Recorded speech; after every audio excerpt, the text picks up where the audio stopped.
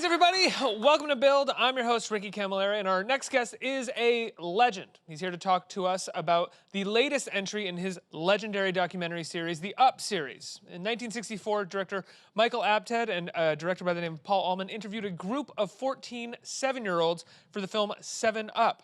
Now, 56 years later, after Michael has revisited the subjects every 7 years, we are on 63 Up.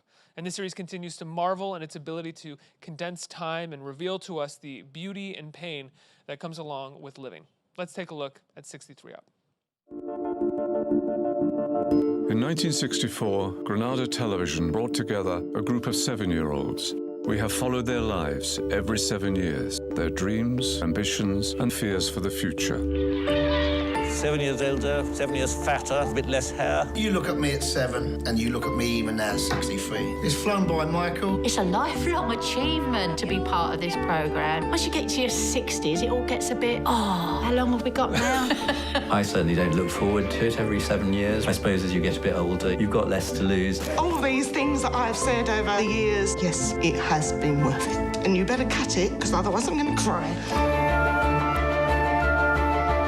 The moment of pure joy in my life was when my son was handed to me when he was born. There's just no place for regrets in this world. Maybe one regret is probably would have liked more children. There's various things that I can do, they can't do. They can't change a light bulb, but I can't get on Netflix. When we started at 7, most women were in the kitchen. Did you meet enough men before you decided who to marry? I thought that was actually an insulting question. You didn't have any idea of the changing role of women. And I want you to go, "Rah!"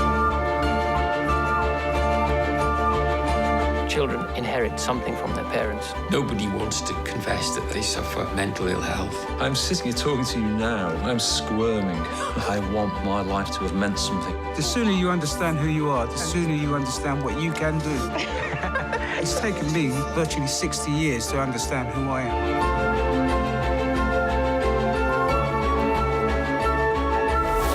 I'm still the same little kid, really. Probably all of us are. Cheers! There's still plenty to do. It's not all over yet. Everybody, please welcome Michael Apted. Let's hear it. Sir. Thank you so much for being here. Pleasure. Congratulations on another entry in the series. Yeah. I want to go back to the beginning. You were a researcher on the first film, right? Working pretty much in tandem with the director at the time? Yeah, I mean, I just joined the company along with 5 other young men at Granada in Manchester. And I'd been in the company about 6 months, doing very little, you know, because they weren't a big company, but they were trying to train another generation of people. How old were you at the time? 21, I think. And we started to have to sort of work on proper programs. They couldn't afford to keep paying us for doing nothing. And so one of the first assignments I had was to join a Canadian director who was doing this. For the first time, about this idea about the English class system and how can we best dramatize it and all that. So we got on well. I was very political, and he was a good director, but entirely ignorant of the British system. And so, you know, we began to kind of work together on it. And, you know, what I had to bring to it was, you know, was the powerful, as it were, idiotic way that the British were running their education and whatever.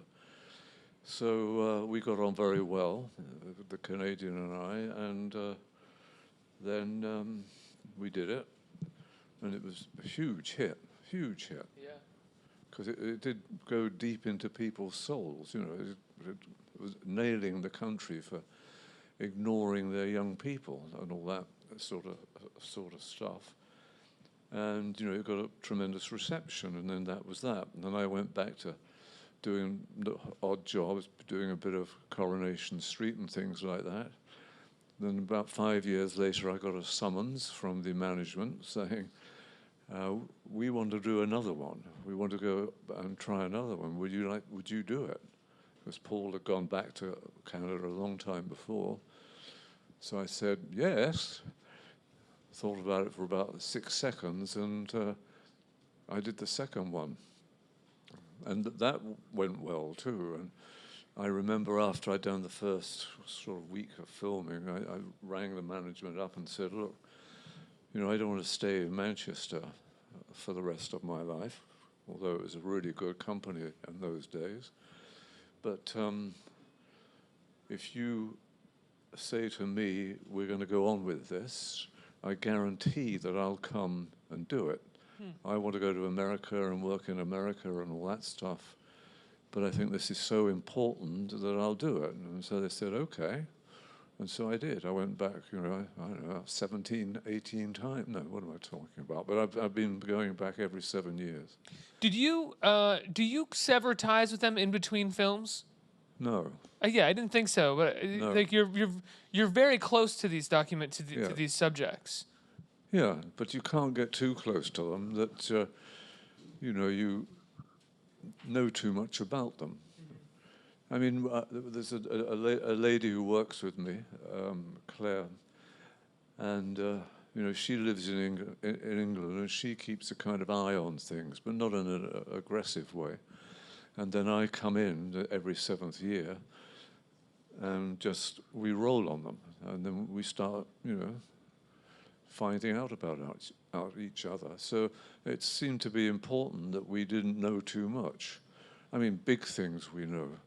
And also, since it's every 7 years, you don't want to hear really about what's going on in those early seven years. You know, I mean, if it's spectacular, you know, we won't have any film of it because we only go in once a year, once every 7 years. How long do you normally spend filming with each subject? It depends. I mean, if I have to go to Australia, which I do with 2 of them, you know, I'll film for about 5 or 6 days. Some in England I'll film for half a day. It depends how articulate they are or how interesting the story is. Or Right, like, not much has happened. I'm still married. Yeah. I'm still alive, you mean? So no, and I have been very disciplined about not going into them. I mean, now and again we arrange a little treat. I mean, if I have a film opening in London, then we'll do a special screening for them to come in. But generally, I don't have much to do with them during the 7 years, which I think is important, because it's what's happening in the 7th year. Now we can go back with them and describe it, but I don't want to go.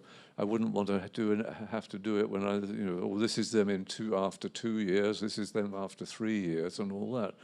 So it's always sort of around the seventh year, the 7th year, and then by that time, you know what's going to be the serious events of that 7 years because they've lived the 7 years. But if I stop going in every time that something exciting happens, I get in a terrible muddle.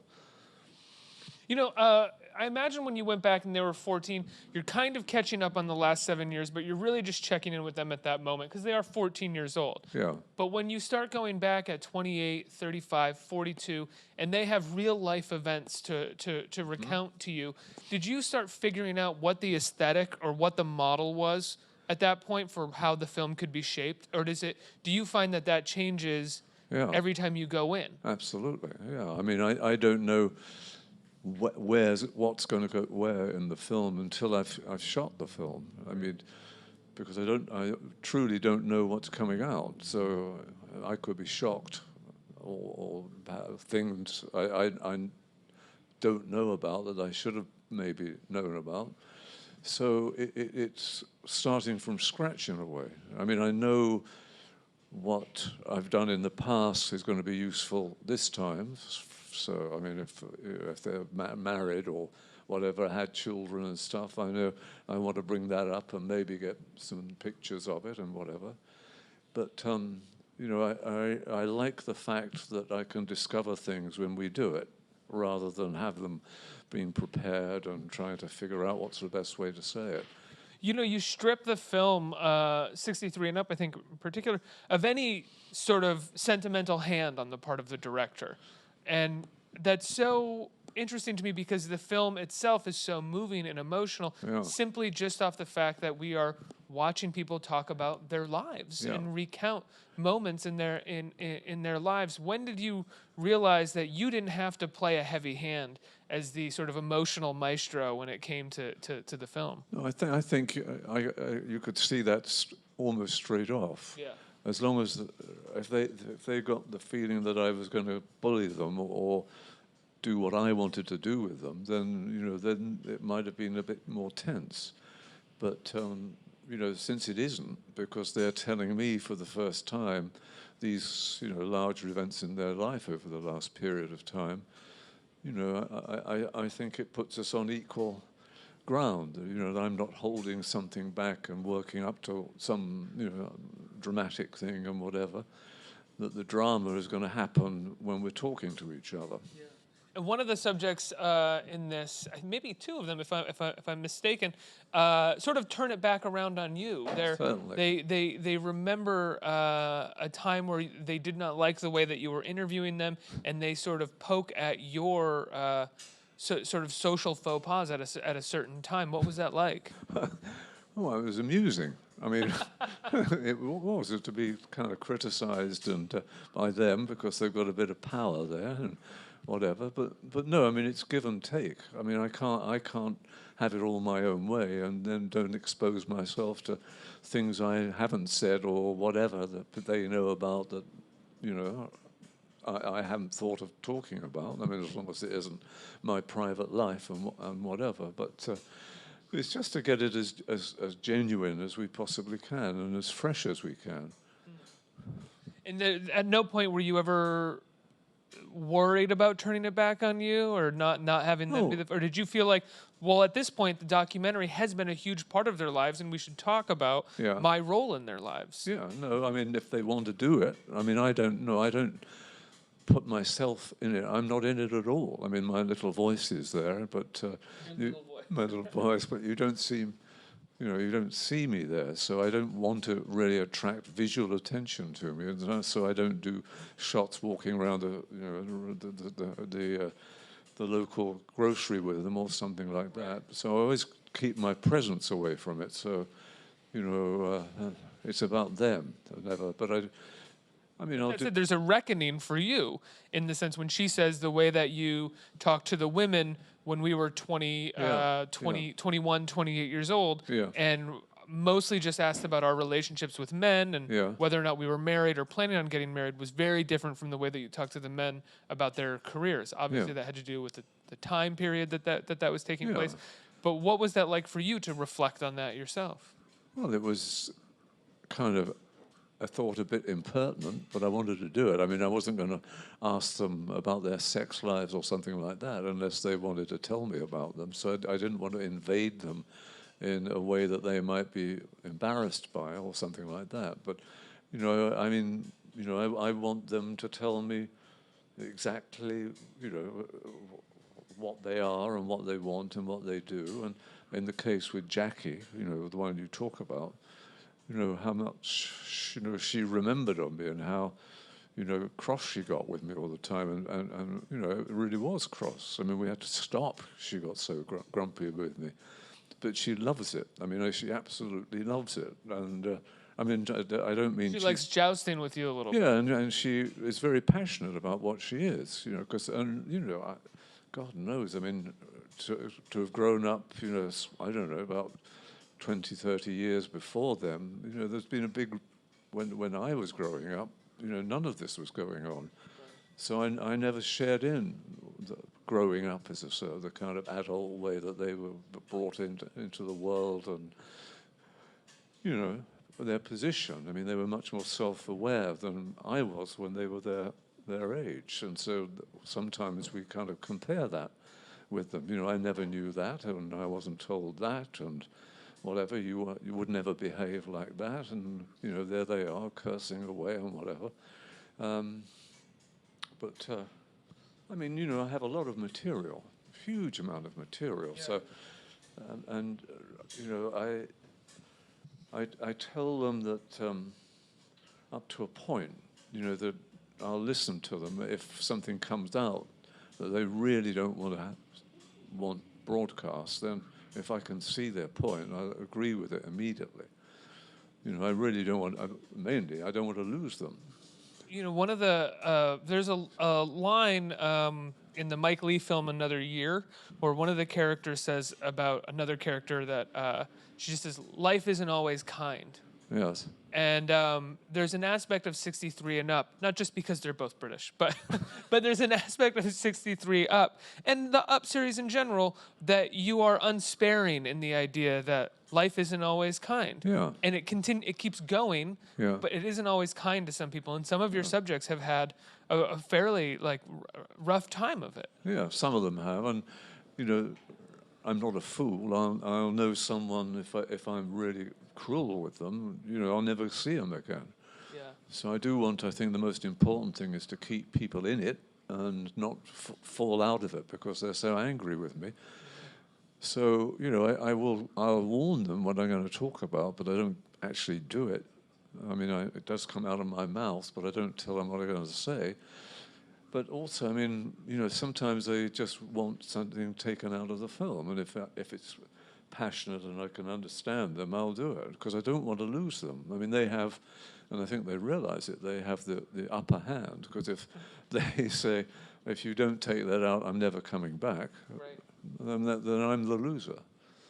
One of the big subjects for each subject that you're interviewing is Brexit and Trump as well. Obviously, over the course of the last 63 years or 50 something years that you've been doing this, there's been different politicians in power, different crises that I'm sure that you've engaged with them on. But how much does it feel like this point in time is different for them? It was a fiasco. I mean, still is, right? Yeah, and will be forever. Yeah. But I was really caught out in it because when I was discussing with the studio how much money I can have to do it, I said, well, look, I must have the resources to do a piece about Brexit when it happens. You know, and it may be 6 months after I finish shooting or blah, blah, blah, all that rubbish. But no, I mean, I was very worried about it because I couldn't put the program out with nothing about Brexit. And I got like 3 little bits from the more political boys there as a kind of reserve.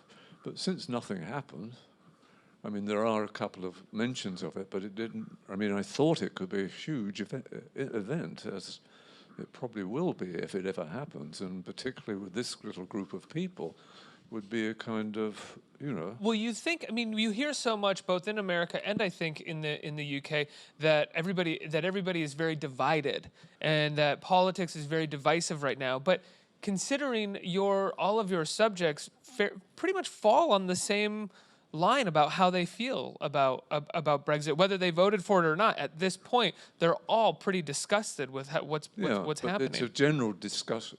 What's a good word for it? I mean, they're pissed off with the government, right. You know. General. In general, which right. The British usually are, anyway.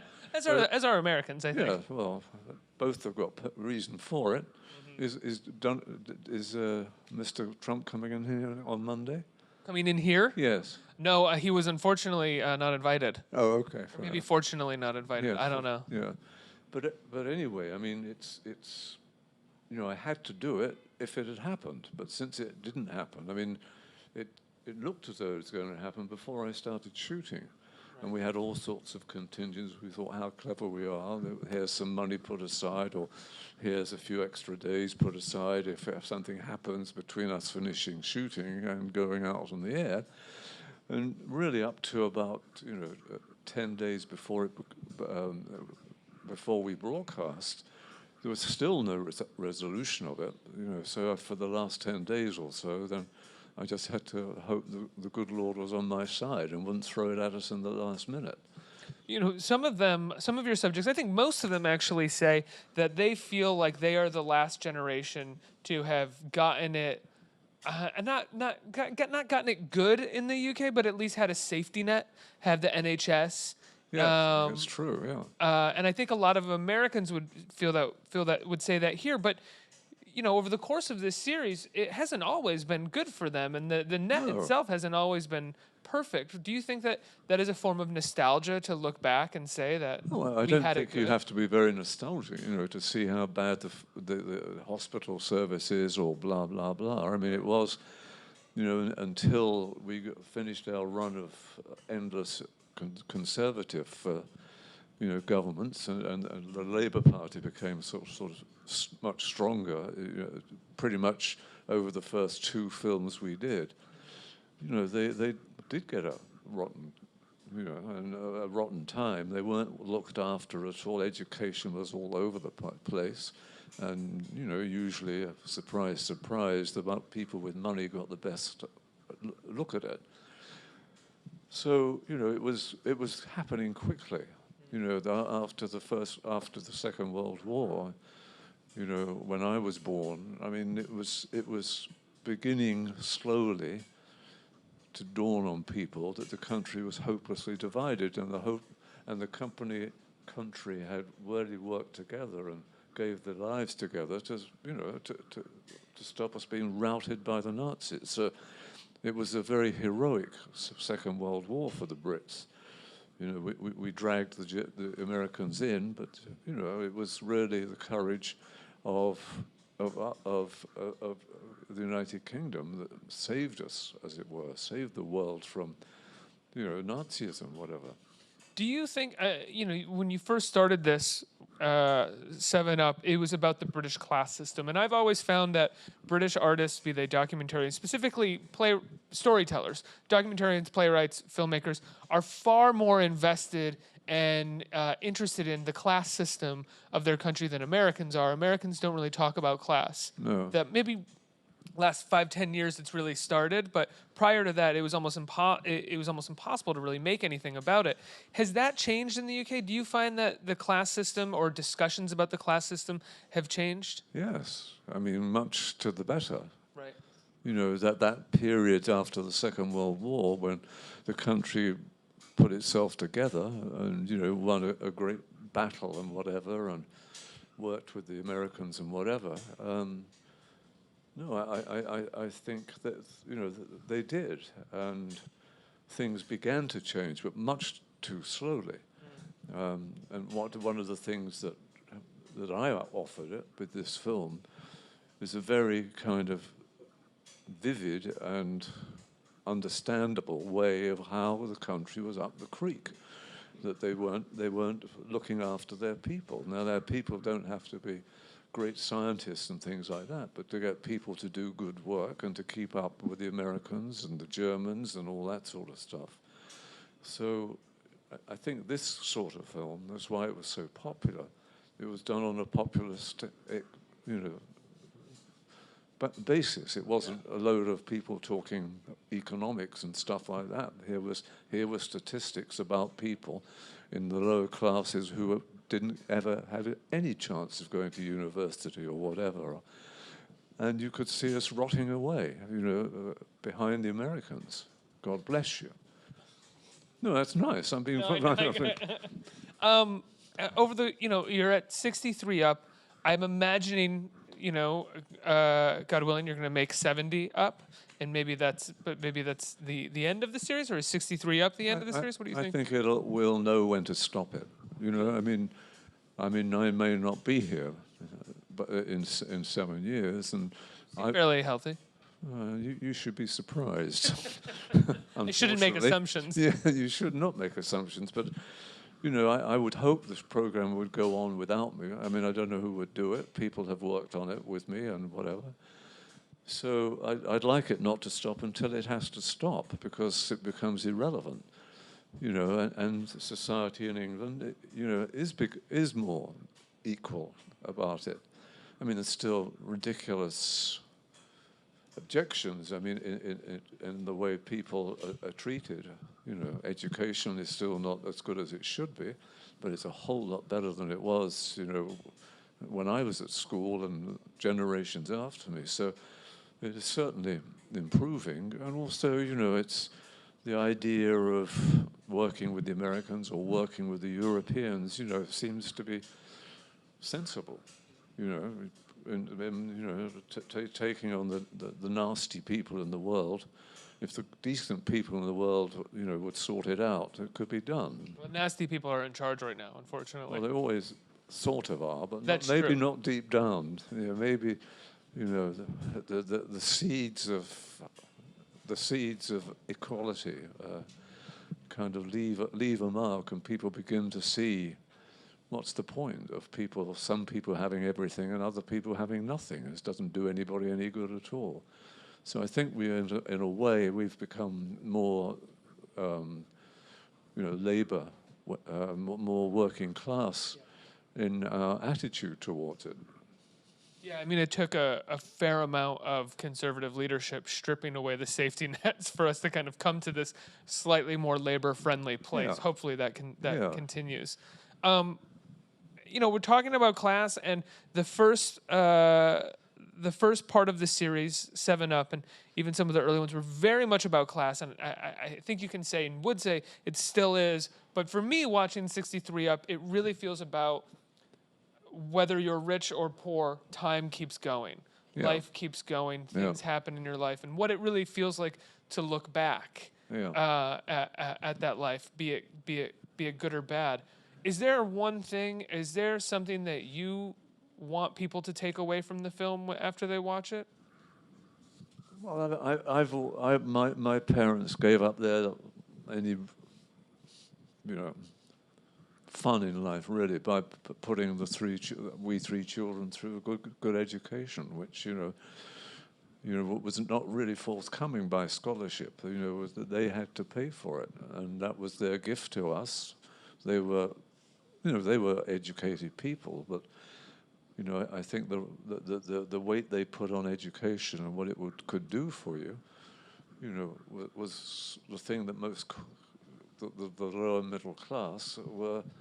My father had a good education. I went to his old school in the middle of London, but I think that they made a choice that education was the important thing, not necessarily going on nice holidays or whatever, but that was always in the back of our life as a family, that, and they put all the money they had into our education. So, I mean, they were sort of a bit ahead of the game. I mean, they really had a very dull life because all the money went on our education.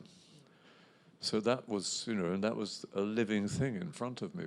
I could see what they were giving up. So my brother and my sister and I could have an education. So that was always the top.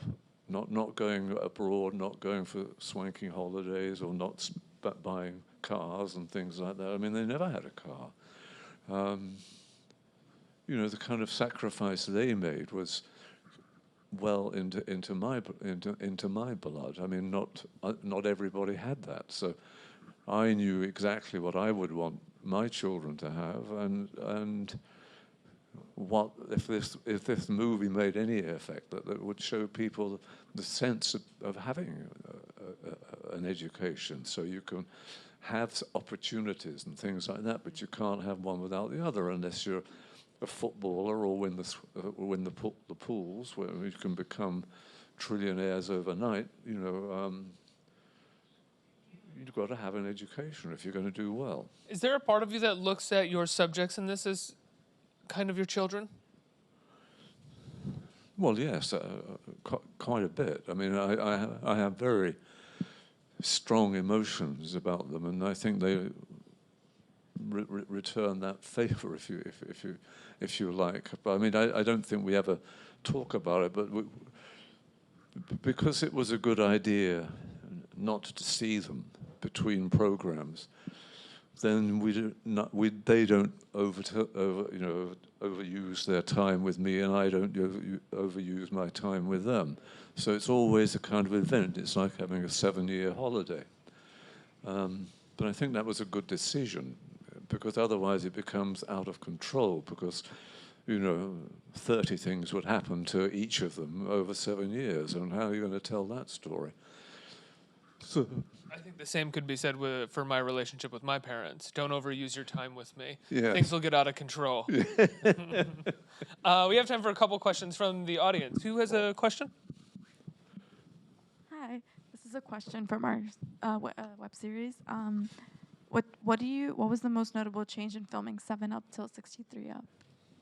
I didn't hear that. What was the most notable change between filming 7 Up to 63 Up? Obviously, age, they grew up. But what was the most notable change for you, maybe societally?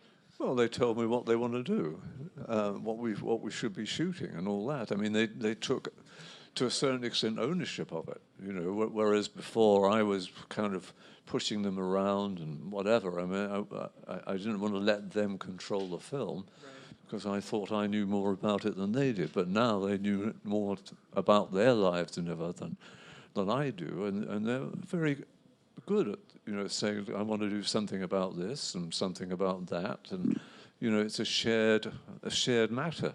What goes in, and you know, what we're going to talk about and what we're not. You know, so they're much more involved in the subject matter than they've been as they get older, which is what you want, because I want them to tell me and my audience about their lives. You know, not my vision of their lives, but their vision of their lives.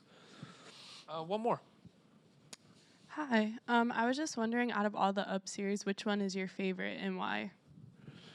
Well, I think the last one is always the favorite. I mean, I think we made a big step forward in 28 Up when we really did start talking real stuff. You know, they're not kind of giving information, but I think we started to get into things as a group at that age, and you know, they were sort of settled in some ways in their life, so it wasn't what school are you going to go to, have you done this, have you done that. So I think I could see it turn at 28 and just become theirs, because, I mean, I know in my mind what I want them to talk about, but I won't push it down them. I mean, if they have things to talk about and, you know, the reasonable time I'm ever going to have with them, that's what goes on, what they want to talk about, not what I want to talk about. So there was around 28, it started moving over to them. They were running it. Not in a kind of patriotic way or anything like that, but they realized that I wanted to know, they knew more about their lives than I did about their lives, and so they should step up and tell me. And I think that started in 28.